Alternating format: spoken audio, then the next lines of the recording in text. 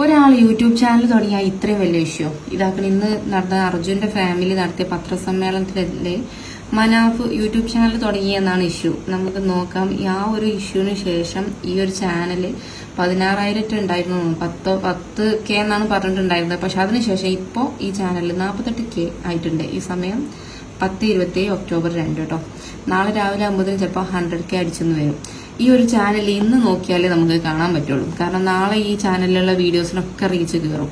കാരണം ഇതിലാകെ ഞാൻ നേരത്തെ നോക്കുന്ന സമയത്ത് ആകെ ഒരു വീഡിയോ, ഫസ്റ്റ് ഇട്ട വീഡിയോ 121K ആയിട്ടുള്ളൂ. ബാക്കിയൊക്കെ 10Kന്റെ താഴെയാണ് ഇതിന്റെ വ്യൂ വരുന്നത്. ആകെ 15 വീഡിയോസേ ഉള്ളൂ. ലാസ്റ്റ് ഇട്ട വീഡിയോ മാത്രം 13 ഡേയ്സ് മുമ്പ് 48. ലോറി ഉടമ മനാഫറിന്റെ ചാനലിന്റെ അനലിറ്റിക്സ് ആണ് കേട്ടോ. അതില് സോഷ്യൽ ബ്ലേഡ് വഴി നമുക്ക് കാണിക്കുന്ന വ്യൂ ഇതാണ്. 7 ലക്ഷത്തിന്റെ മുകളിലുണ്ട്. അപ്പോഴുള്ള സബ്സ്ക്രൈബേഴ്സ് എന്ന് പറഞ്ഞാൽ വെറും 16,000K ആണ്. പക്ഷെ ഇന്നാണ് പെട്ടെന്ന് 50ന്റെ അടുത്ത് ആവാനായിട്ടുണ്ട്, 50K. പക്ഷെ ഇതിൽ റവന്യൂ ഒന്നും കയറിയതായിട്ട് കാണുന്നില്ല. ചിലപ്പോൾ ചാനൽ മോണിറ്റൈസർ ആയിട്ടേ ഉണ്ടാവുള്ളൂ കേട്ടോ.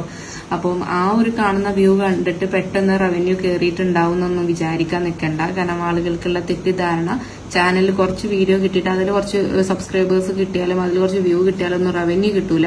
കൺസിസ്റ്റന്റ് ആയിട്ട് വീഡിയോ മുന്നോട്ട് കൊണ്ടുപോകണം, അതിനനുസരിച്ചുള്ള ടോപ്പിക് എടുക്കണം, അങ്ങനെ ഒരുപാട് കാര്യങ്ങൾ അറിയാനുണ്ട്. അപ്പോൾ തെറ്റിദ്ധാരണ ഏതൊരാൾക്കും അത്ര നല്ലതല്ല.